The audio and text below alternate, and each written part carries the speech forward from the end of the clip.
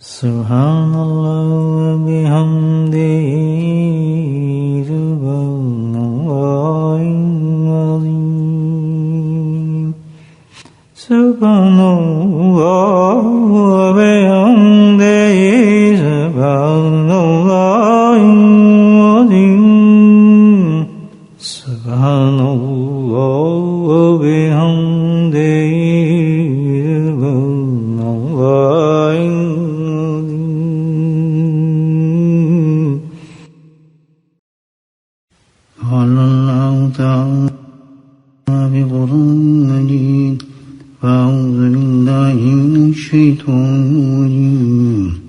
بسم اللہ الرحمن الرحیم ان اللہ وملائکتہ یصلون علی النبی یا ایھا الذین آمنوا صلوا علیہ وسلموا تسلیما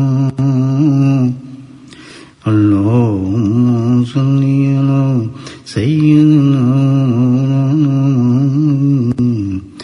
الجود والکرم اللهم صل على سيدنا مولانا محمد وآله الفضل اللهم صل على سيدنا مولانا محمد وآله وصحبه وبارك وسلم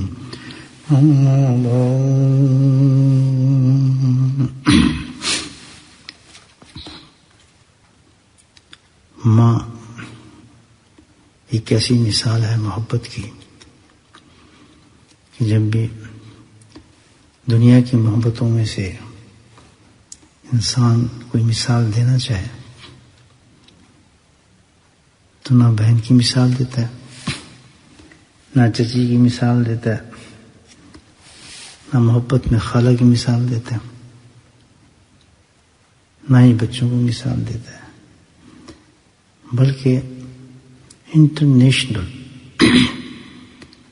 اگر محبت کی کوئی مثال دی جائے بلاؤس تو ماں کی محبت ہوتی ہے۔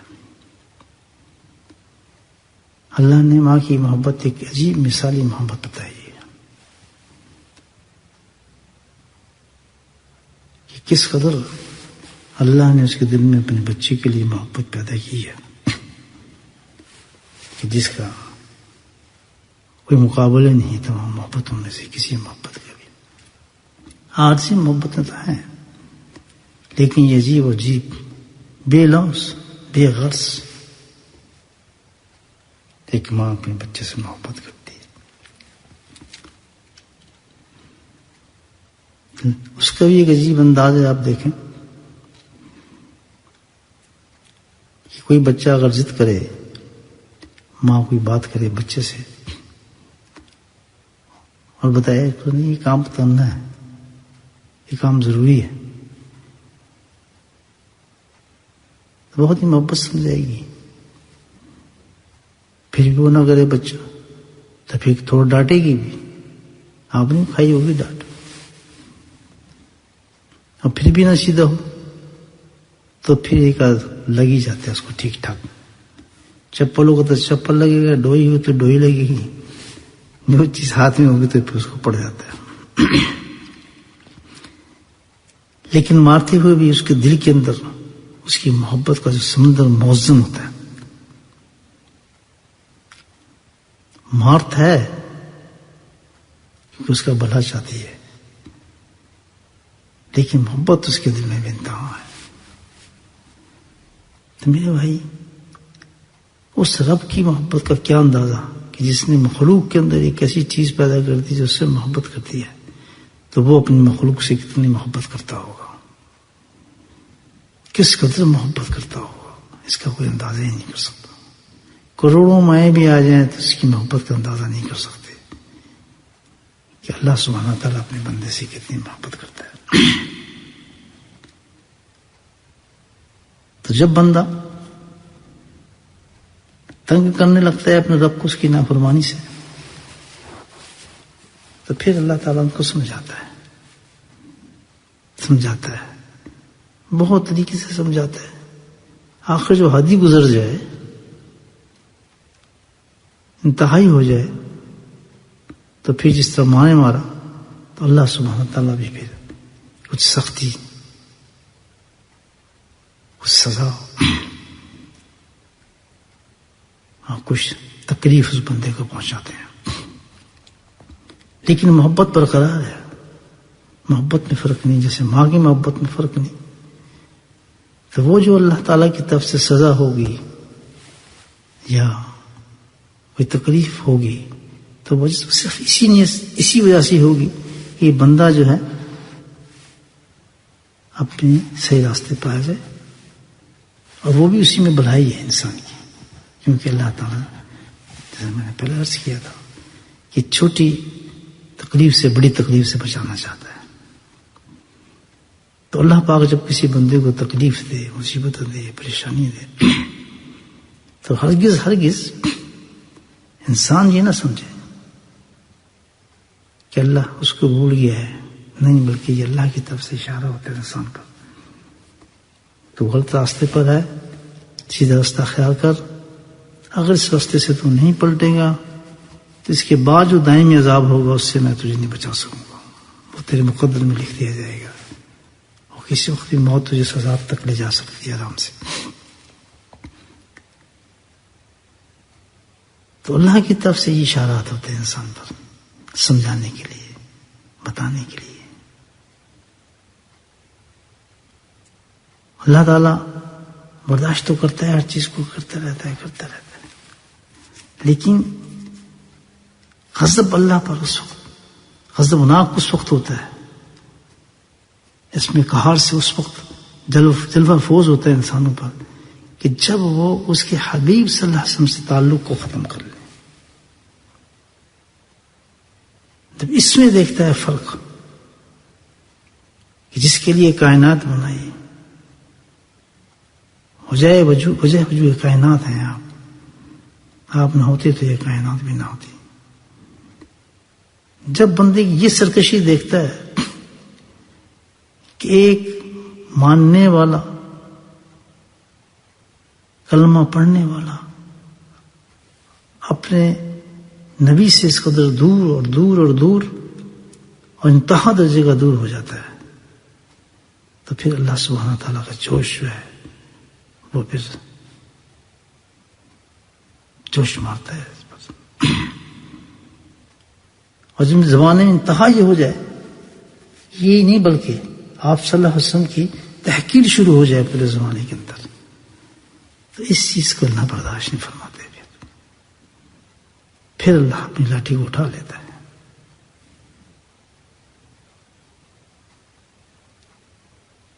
تو ایمان والوں کے لیے تنبیہ ہے کہ بھائی تم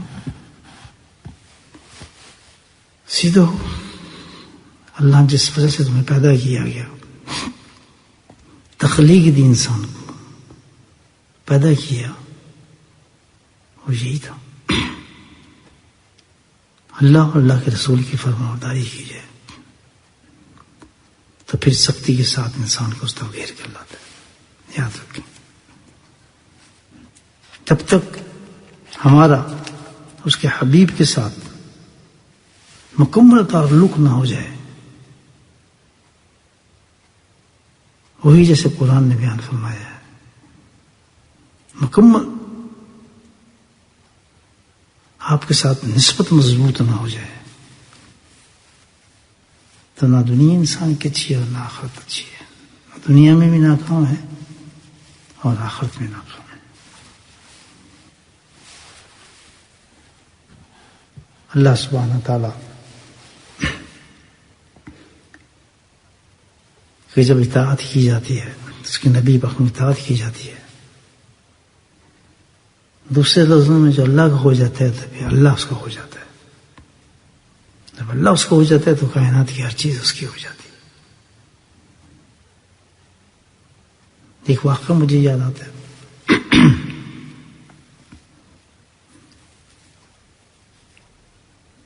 ایک عام سے سادے آدمی تھے،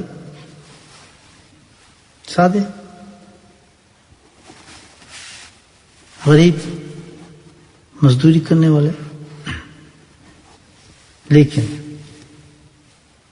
پکے عاشق رسول، اللہ کی اطاعت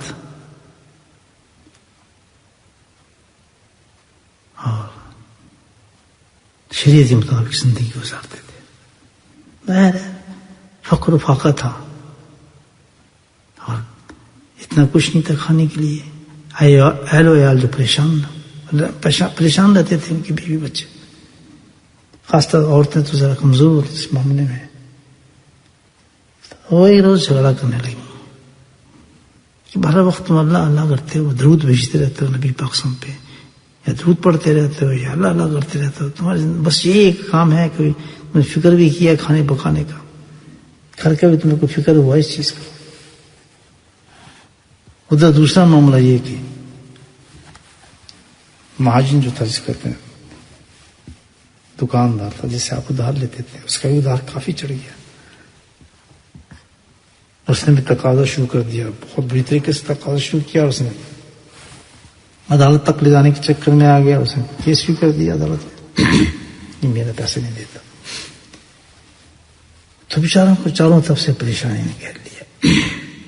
گھر میں بھی سب ناراض، باہر بھی مصیبت، نکلنا مشکل.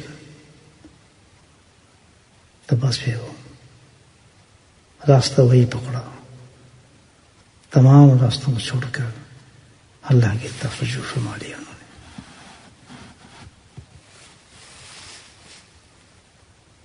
اللہ کے سامنے فریاد کی، اے میرے مولا، اے رب، میں تیری طرف آ گیا ہوں. تو بے وسیلوں کا وسیلہ ہے، بے سہاروں کا سہارا ہے، حاجت مندوں کا حاجت روا ہے. اے میرے مولا، تیرے دروازے سے کوئی خالی نہیں جاتا بندہ. تو ہی کرم فرما اور میرے حق میں کوئی بہتر صورت نکالتے مولا. اور اس عاجزی اور گریہ کے ساتھ خدا بند کریم سے انہوں نے اپنی درخواست پیش کی کہ اللہ سبحانہ تعالیٰ کی رحمت جو ہے جوش میں آ گئی. بس اسی وقت ایک نودگی سی تاریخ جیسے نیند غالب ہوتے ہیں آدمی، نیند سی آئی اور خواب سے دیکھا. کیا دیکھتے ہیں کہ حسین و جمیل، بہت خوبصورت انسان تشریف لائے اور تسلی فرمائی، گھبراؤ نہیں تمہارا سب کام ٹھیک ہو جائے گا. تو وہ بڑا حیران ہوا، اتنی خوبصورت حسین جمیل تصویر دیکھ انسان کو دیکھ کر اس نے کہا کہ آپ ہیں کون؟ آپ کون ہیں؟ تو ارشاد فرمایا کہ میں وہی ہوں جس پر تو کثرت سے درود بھیجتا تھا. سبحان اللہ. بس تم ایک کام کرو، بادشاہ وقت ہے، اس کے وزیر کے پاس چلے جاؤ، اس کو پیغام سنا دو. آنکھ کھل گئی. وہ حاجت مند انسان، نیک انسان، اللہ کے نبی پہ سنتوں پہ عمل کرنے والا انسان جو تھا، وہ اس بادشاہ جو وقت تھا اس کے وزیر کے پاس پہنچا اور اس نے پیغام دیا. تو وہ تو وزیر جو تھا وہ تو خوشی سے پاگل ہو گیا. اس کے پاس اس وقت پیسے تھے، سارے نکال کے اس کو دے دیے. اس نے وہ 300 روپے تھے شاید لے اور کھلایا. 220 روپے تو اس نے اپنی بیوی کو دیے کہ تو یہ خرچ کر. سبحان اللہ. اور 100 روپیہ لے کے جو اس نے ادھار دینا تھا، عدالت کا رخ کیا حاکم کی طرف، تاکہ وہ جو آدمی تھا جس نے مقدمہ کیا تھا اس کو یہ پیسے دے دے. حاکم نے جب اس کو دیکھا کہ 100 روپے لے کے آیا تو اس کو شک ہوا کہ یہ کہاں سے لے آیا، اتنی جلدی اس کے پاس روپا کھا، یہ 100 روپے کیسے آ گئے. تو اس نے تجسس کیا اور کہا کہ تم کہیں چوری تو نہیں کر کے لائے کہیں سے، اتنی جلدی کہاں سے لے آئے تم پیسے. اس کو شک ہو گیا. تو دکاندار وہیں تھا. تو اس نے کہا جی اگر آپ نے پروف چاہیے، اس کا ثبوت ہے تو وزیر وقت جو ہے وزیر اعظم، مجھ سے آپ دریافت کر لیں کہ میں کہاں سے لے کر آیا ہوں. تو وہ حکیم بھی اور دکاندار بھی وزیر اعظم صاحب کے پاس پہنچے. جب اس نے دیکھا تو اس نے کہا خبردار، اگر اس آدمی کی ذرا بھی تم نے بے ادبی کی تو تم دونوں کو بدترین سزا دی جائے گی. سبحان اللہ. تو حاکم وقت فوراً سمجھ لیا، جو حاکم تھا عدالت کا، کہ بھئی یہ معاملہ بڑا خطرناک ہے، اور اس نے معافی مانگی اس سے. یہ واقعہ ہے جو لکھا ہے کتاب میں کہ اللہ سبحانہ تعالیٰ بندے کو بھولتا نہیں ہے. دوستو، اگر ہم اللہ کی طرف رجوع کر لیں، اللہ کی طرف جھک جائیں، اللہ کی اطاعت کر لیں، تو اللہ ہم سے دور نہیں ہے. اللہ ہم سے دور نہیں ہے. چیزیں ایسی ہیں جو انسان اللہ تعالیٰ کی مصیبتیں اور مصائب انسان پر ڈالتا ہے، اس سے گھبرانا نہیں چاہیے، بلکہ اس کی حقیقت کو سمجھنا چاہیے کہ اللہ پاک نے ہمیں کیوں یہ تکلیف دی، اس کی وجہ کیا ہے، کیوں یہ پریشانی ہم پر آئی ہے. تو فوراً اپنے مولا کی طرف انسان جھک جائے. الحمدللہ، واسطہ پکڑے اس کے نبی کا، اس کے حبیب کا، زندگی کو بدلے. تو جہاں تک جب انسان اللہ کی اطاعت کرتا ہے تو اللہ سبحانہ تعالیٰ اس کو اپنا بندہ بنا لیتا ہے، اپنا محبوب بنا لیتا ہے. آج کے حالات جو چل رہے ہیں ہمارے ساتھ دوستوں، اس کا کوئی بھی حل نہیں ہے. یہ اللہ کی طرف سے ہمیں دھکیلا جا رہا ہے. وہ سمجھیں کہ اس ماں کی طرح اللہ کچھ سزا دے کر ہمیں اسی طرف لانا چاہتا ہے کہ جو ہم نے حرکتیں کی ہوئی ہیں، کہ کسی طرح ان کو چھوڑ کر ہم اللہ کی طرف رجوع کریں، اللہ کے ہو جائیں، پابندی کریں، اللہ کے احکامات کی پابندی کریں. بھائی توبہ کریں. جو جس طرح اللہ نے ہمیں زندگی گزارنے کی طریقہ بتایا ہے اس طریقے پر چلیں، تو انشاءاللہ کسی بھی حالات سے ڈرنے کی ضرورت نہیں ہے، بلکہ یہی سارے معاملات انسان کے لیے آخرت کی خوشخبری بن جاتی ہے. آخرت کی خوشخبری بن جاتی ہے. قبر کے عذابوں سے بچ جاتا ہے، جہنم کے عذابوں سے بچ جاتا ہے، اور دنیا بھی اس کی زندگی میں، زندگی یہ دنیا کی یہ بھی بہت سہل ہو جاتی ہے اس کے سامنے. یہ ایک ایسا موقع ہے ہمارے لیے کہ ہم حد دھرمی چھوڑ دیں، اللہ کے سامنے ہم جھک جائیں اور سمجھ جائیں کہ یہ سب کچھ جو ہے اللہ کسی مصلحت اور حکمت کے تحت کر رہا ہے. اللہ پاک ہمیں سمجھنے کی توفیق نصیب فرمائے.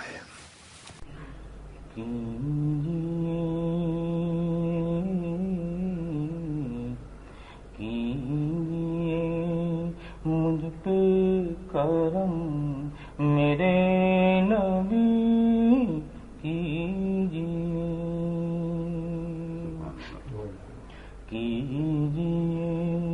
مجھ پہ کرم میرے نبی کیجیے، اور جز تمہارے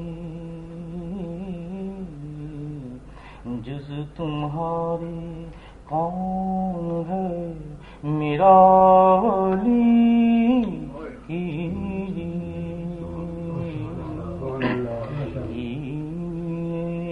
مجھ پہ کرم میرے نبی کیجیے، اور جز تمہارے کون ہے میرا ولی کیجیے، اور جب کبھی گھیرا مجھے آفات نے، جب کبھی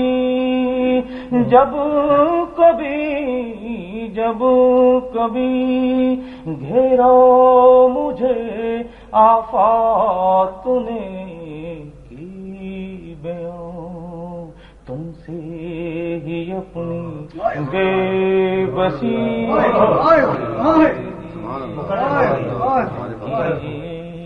مجھ پہ کرم میرے نبی،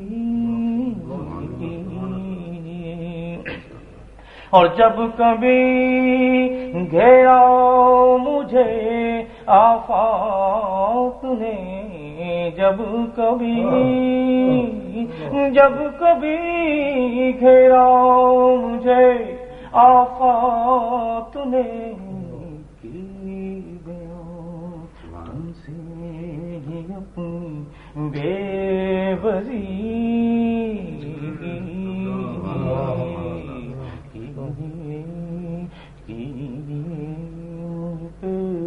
کرم میرے نبی،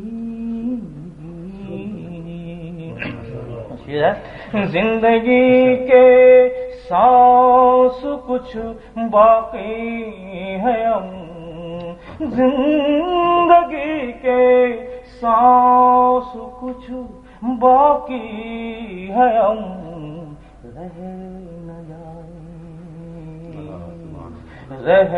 نہ جائے دل میں یہ حسرت میری،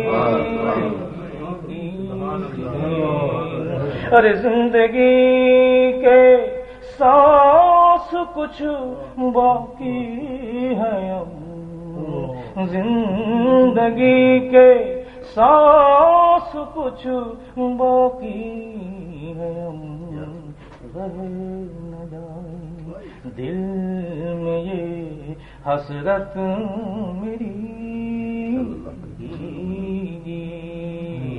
کیجیے مجھ پہ کرم میرے نبی، پن کے پنچھی میں ہوا کی دوش پہ، پن کے پنچھی میں ہوا کی دوش پہ پہنچ جاؤں اپنی ساجن کی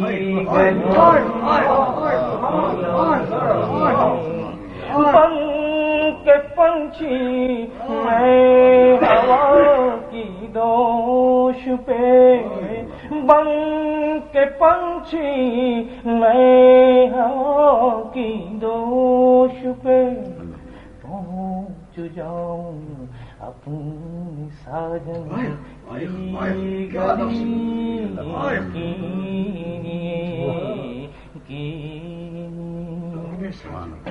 اور شہر ویران بن گیا ہے دل میرا، شہر ویران بن گیا ہے دل میرا، دیکھنا لے جم تلک شہر نبی، شہر ویران بن گیا ہے دل میرا، شہر ویران بن گیا ہے دل میرا، دیکھنا لے جم تلک شہر نبی کی، اور ہو میسر کس طرح صف سکون، ہو میسر کس طرح صف سکون، جب تلک ان سے نہ ہو وارفتگی، ہو میسر کس طرح صف سکون، جب تلک ان سے نہ ہو وارفتگی،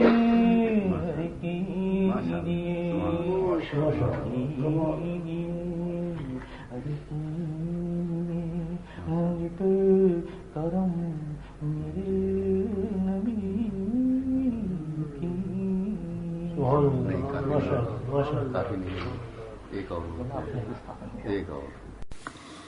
بسم اللہ الرحمن الرحیم، السلام زید شبیب تو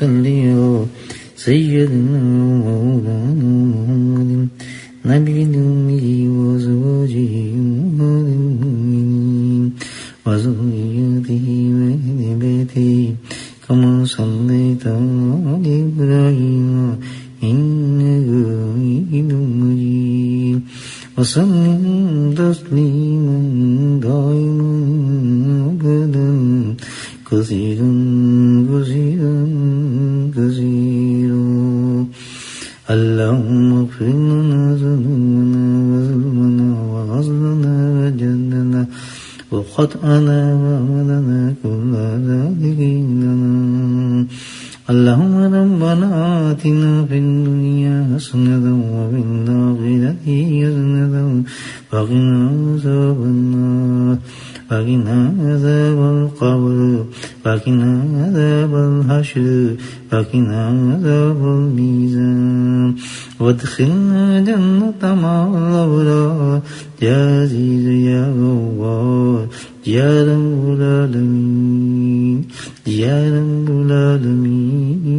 العالمين يا رب العالمين لا إله إلا أنت سبحانك إني كنت من الظالمين يا حي يا قيوم برحمتك نستغيث يا حي يا قيوم برحمتك نستغيث اللهم اغفر لنا ذنوبنا وظلمنا وعدلنا وجدنا وخطأنا وعملنا كل ذلك عندنا ربنا إننا آمنا فاغفر لنا ذنوبنا وقنا عذاب النار وقنا عذاب النار وقنا عذاب النار ربنا ظلمنا أنفسنا وإن لم تغفر لنا وترحمنا لنكونن من الخاسرين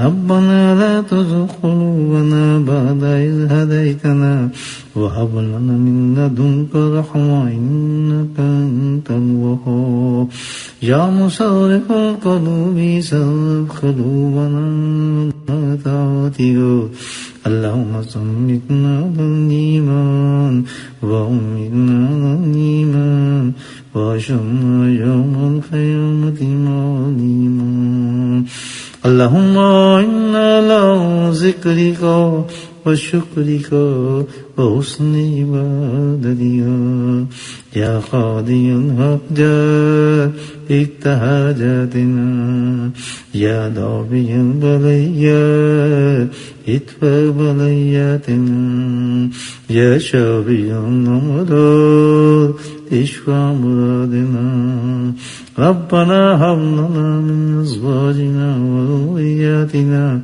قرة أعين واجعلنا للمتقين إماما اللهم رب ارحمهما كما ربياني صغيرا اللهم رب ارحمهما كما ربياني صغيرا اللهم رب ارحمهما كما ربياني صغيرا اللهم اغفر لنا ولوالدينا وأستاذينا ومشايخنا وجميع المؤمنين والمؤمنات والمسلمين والمسلمات الأحياء منهم والأموات برحمتك يا أرحم الراحمين سبحان ربك رب العزة عما يصفون وسلام على المرسلين والحمد لله